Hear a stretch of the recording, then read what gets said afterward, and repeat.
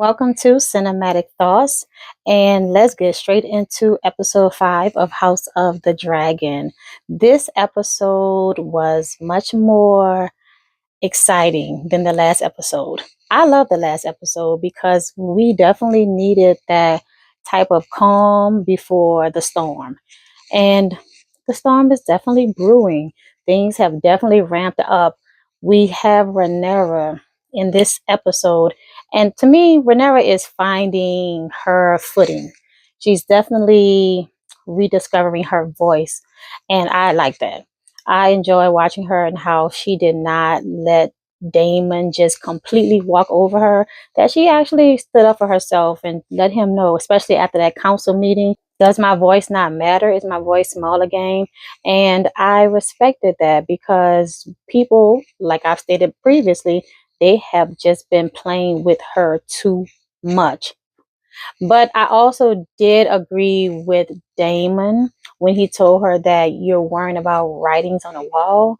Like, basically, we have bigger fish to fry and bigger pressing matters because his gold cloaks, they are being butchered literally in the streets. He was right that there are going to be, basically bigger things that's going to come down the line. And so worrying about things that could be seen as like almost frivolous, and we don't have the time to really worry about those things. And I agree. Now, she also was correct as far as don't just walk over me, don't just ignore what I'm saying and just want to just do your own thing, because that is what he did. So their dynamic of husband and wife.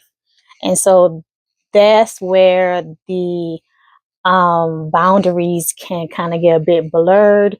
There are, many times as a woman, especially when you are in authority and even in your own household, where your opinion might not matter, where someone, especially a man, can just disregard what you're saying, not want to hear it. What they say is the final word. And so, like I said, just seeing their dynamic. But one thing that, in my opinion, that Damon could do to be better is that remember that yes, she is your wife, and yes, you may even have the better idea, but at the same time, don't do all that in front of other people.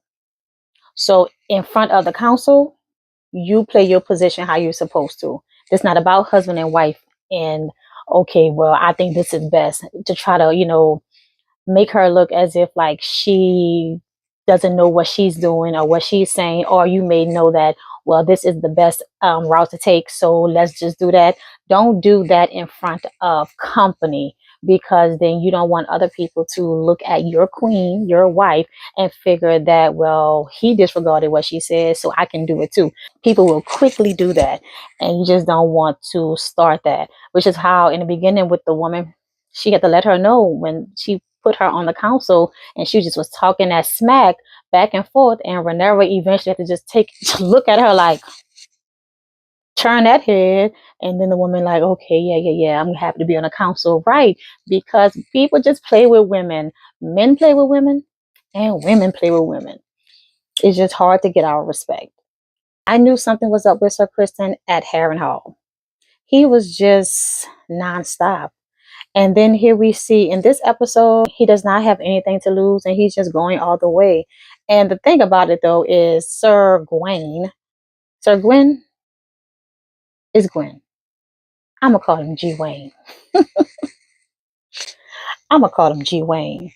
G Wayne, literally, you were done at Harrenhal, but you kept on with Kristen. You kept just following him and having him take the lead. And this whole time, this man has nothing to lose. Kristen wasn't wrong for wanting to fight to the end. And definitely Gwen wasn't wrong for saying, I'm done. One of the themes that I paid attention in this episode was the theme of mothering. We see Arwyle bring Alicent the herbal concoction to get rid of Helena's unborn child. And Helena is like, I'm not going for it.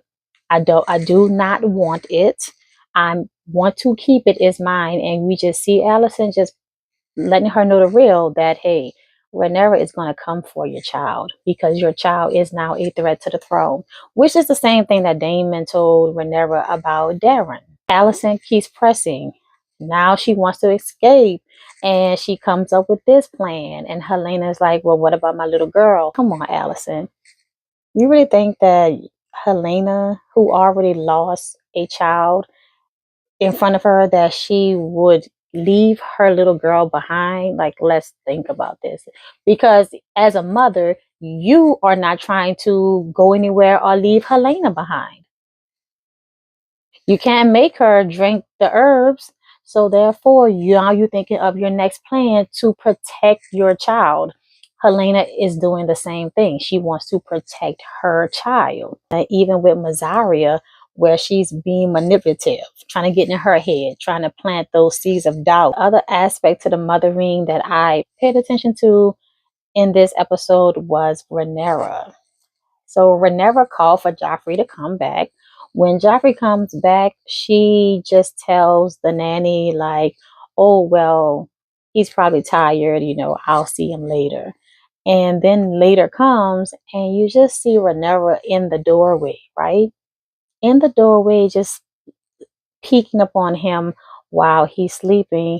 And the nanny says that, he's been waiting for you all day. And I just love Emma's acting and how she shows emotional depth. Even with her nonverbals, just with her face, her eyes alone. And you see where Rhaenyra is more timid, right? She's more distant in her relationship with Joffrey. And I would take that to being that she already lost her first two, and that she may not want to mother him so much or show too much motherly love or feel that love back in return because of being afraid. So it's like you got to see three women's mothering perspective in a way. Allison is bold with hers, right? She's like, all right, Helena, I'm gonna do this, I'm gonna do that, let's do this, let's do that, let's do whatever. And then you have Helena that's like, she's steadfast. She's just cool as water. Like, nope, that's not what I want to do. I'm not leaving here without my daughter.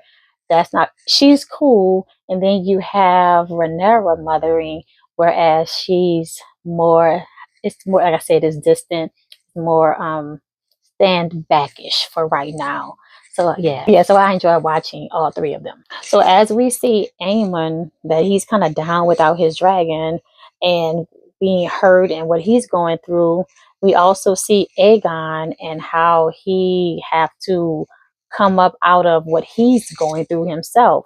And Larys was so right. I mean, I guess Larys had that on his chest for a while, and he's just been peeping him all this time to say, hey, you didn't care about anything. You was a terrible man, a terrible king. And like, look at all what you had, all what you could have become, and look what you became.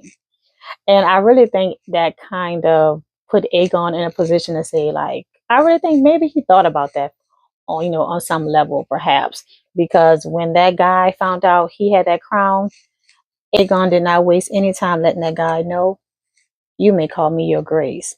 And I don't know, I liked it. I like seeing Aegon just kind of toughen up, because he has been a little whiny brat um throughout this season. So in that moment, I think Larys saying, you was this, you was that, and kind of getting on him. I don't know, this can go both ways. It can kind of, maybe he feels as if like, if I'm so terrible, well, I'm gonna stand on it. It could be that type of thing, that he found some strength in that, of like, okay, y'all see me for who I really am. Cool, good. Now I can be more of this. Or maybe he's like, you know what? I'm not weak. I'm not, I don't know. I don't know. Whatever it was, I'm glad it gave, because I don't know. I felt like, first of all, that guy had it coming. That's number one.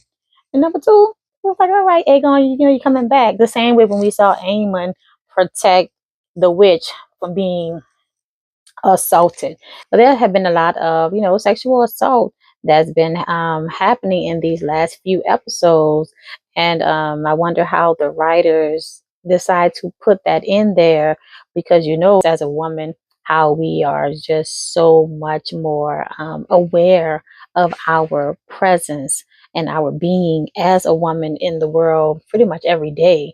So the fact that they actually, for these last couple of episodes, just been putting it in there, you just know during like that time period, and just historically how much more of that it was. And for us as the viewers just watching this, fictional show, that we do also still get to see some ways of how life was back then for everyone, and especially women, for just existing. Although Ormond had less screen time this episode, his presence was very big and it was felt. I mean, you had Damon over here plucking out eyes to get intel on what's really going on. Like everyone was so confused about what is happening with the gold clothes. And don't even talk about that ending. My goodness. Armand is definitely, he got some power plays. He's making moves, and the enemy for sure is definitely within. And what I would love to see come next would be for Rhaenyra, who is gaining her footing as queen. She's starting to, put her foot down a little bit more by her having that coin with Darren's face on there. Oh yes, most definitely. I just can't wait to see her amp it up a little bit more with her rage and her anger. And definitely, I can't wait to see her unleash the dragons. Thanks for watching. Please like, comment, and subscribe.